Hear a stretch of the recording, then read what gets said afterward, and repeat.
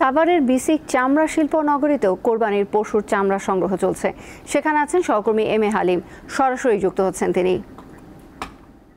হালিম, চামড়া শিল্প নগরীতে কতদিন চামড়া সংগ্রহ করা হবে, আর দাম নিয়ে বিক্রেতাদের কোনো অভিযোগ পেয়েছেন?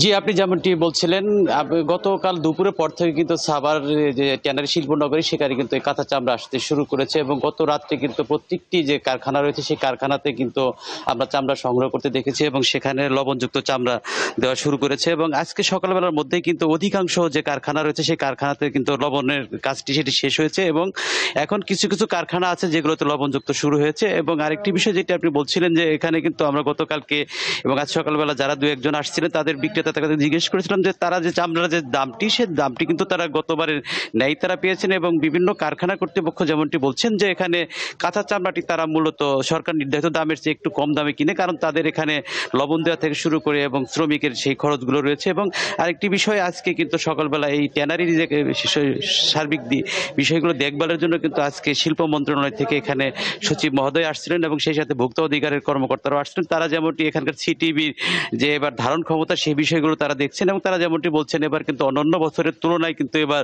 সিটিভির ধারণ ক্ষমতা ভালো। এবং যেটাই আজকে আমরা আমাদের বাংলাদেশ ট্যানার্স অ্যাসোসিয়েশন যেমনটি জানিয়েছে আজ সকালে, আজকে পর্যন্ত এই সকালে কিন্তু কাঁচা চামড়ার যে বিষয়টি সেই বিষয়টি কিন্তু তারা বলছে যে তাদের এই ঈদের দিন থেকে শুরু করে আজকে পর্যন্ত 6 লাখ চামড়া তাদের সংগ্রহের লক্ষ্যমাত্রা থাকলেও তারা প্রায় 4.5 লাখ চামড়া তারা সংগ্রহ করেছেন। এবং আজকে এবং কালকে তারা কিন্তু মোটামুটি এখানে আর লবণযুক্ত যে চামড়াগুলো সেগুলো ক্রয় করবেন না এবং দু একদিন পর থেকে ঢাকার আশেপাশে যে লবণযুক্ত চামড়াগুলো সেগুলো মূলত তারা 7 দিন পর থেকে তারা ক্রয় করবেন। এবং তারা আগামীকালকে ঢাকাতে তাদের একটি প্রেস কনফারেন্স রয়েছে, সেখানে কিন্তু এই সার্বিক চামড়ার সংগ্রহের বিষয়গুলো নিয়ে তারা একটি সংবাদ সম্মেলন করবেন এমনটি জানিয়েছেন। তো তোসিয়া, এই ছিল আমার কাছ থেকে সাভারের চামড়া শিল্প নগরীর সর্বশেষ। সাভার থেকে জানাচ্ছিলেন সহকর্মী এম এ হালিম।